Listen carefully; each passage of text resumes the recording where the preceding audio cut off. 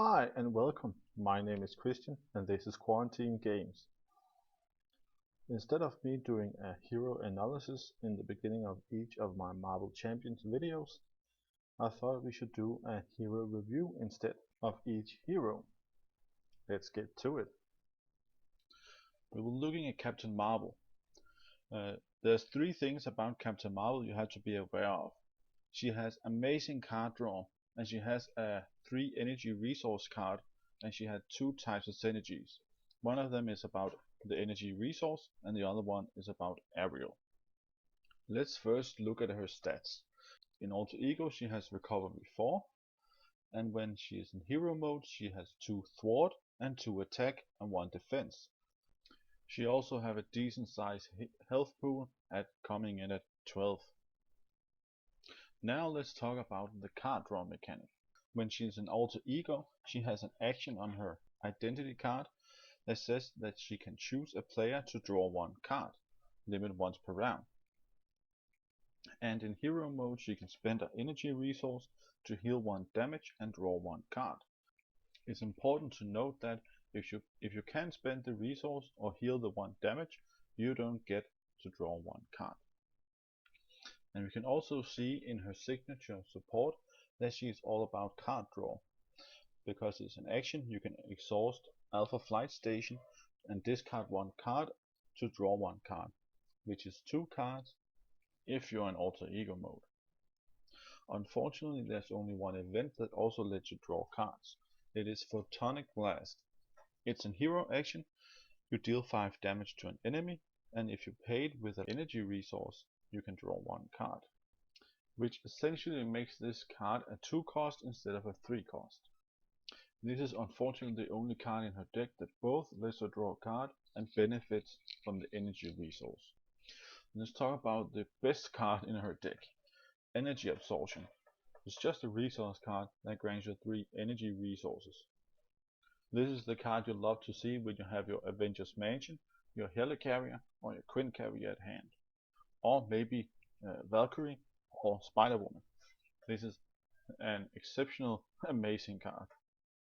She unfortunately only has 1 upgrade that demands the energy resource. And it's also her second or third best card, Energy Channel. As an action you can spend a number of energy resources to put that number of counters on this card. As a hero action you can deal 2 damage per counter on this card and then discard the counters and the card.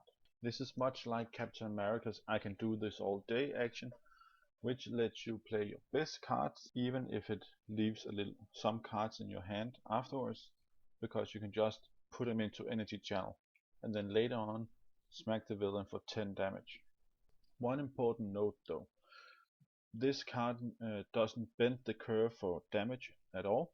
2 damage per resource spent, so it's okay if you really need that 4 damage to spend this card right away. Now let's look at her signature ally, Spider-Woman. 2 attack, 2 thwart, nothing really that impressive, but when she enters play she can confuse the villain, and unfortunately only has 2 health, but that is great to get that 2 threat away from the main scheme, confuse the villain, and then as a block for one of your teammates. Let's look at the other synergy she has, which is aerial. She has to play an upgrade to get the aerial trait, but that upgrade also lets you prevent 3 damage.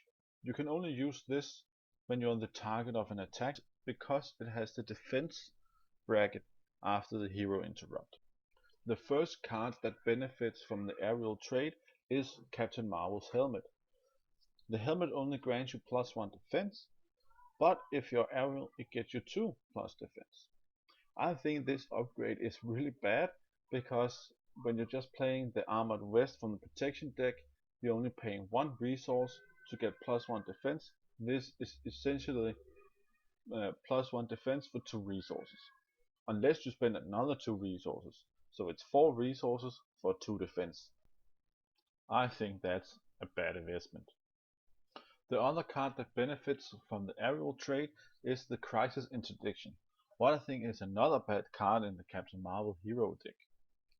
It's a hero action and a thwart action. It removes 2 threats from a scheme. Then if you're Ariel, you get to remove 2 threats from a different scheme. This is very situational, because to get the full benefit of this card you need 2 schemes on the board. It's not impossible, but when you draw this card it's probably too late on, around too early to get the full benefit. And there's another card in the justice aspect that costs 2 that basically does the same thing. It removes 3 threats from a scheme, and if you pay with a size resource it removes 4. That's the same as the crisis interdiction, but this can remove 4 threats from one scheme, where the other is 2 threats from 2 schemes. One is situational, the other one is good. Well, that was all of her cards. As you can see, she has a lot of card draw, and she uses a lot of energy resources, and she also is pretty reliant on the aerial trait to make other cards work. So for all the deck builders and deck tuners out there, I would definitely recommend giving Captain Marvel a spin. Normally I pair her up with aggression, because she really needs some more damage dealing tools and also some minion control tools. Aggression also gives her a lot more punch, I think, and with the Thor expansion there's a lot of energy resources to find in that deck. Just for example, some stellar cards in the aggression is Valkyrie, and there's also Relentless Assault. And let's not forget about Hulk. He really benefits from a lot of energy resources, because then he can deal 1 more damage when he is attacking the villain, for example, and all minions and everyone else also gets 1 damage. To rate Captain Marvel, I will probably give her a C.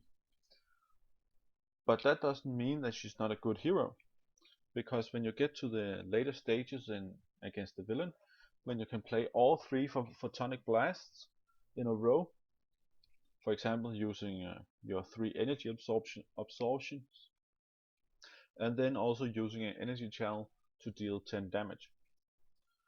That is an amazing feeling, and the other guys in your team is gonna sit there and say, wow, that was a lot of damage.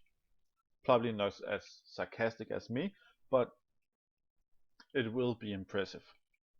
And here's my take for a good Captain Marvel deck, and it's in aggression. Take it for a spin, tweak it, tune it, let me know how you fared against each villain and each modular encounter set. That was Captain Marvel, and I'm Christian from Quarantine Games. Remember to stay inside because it's a global pandemic, and to have fun and stay sane.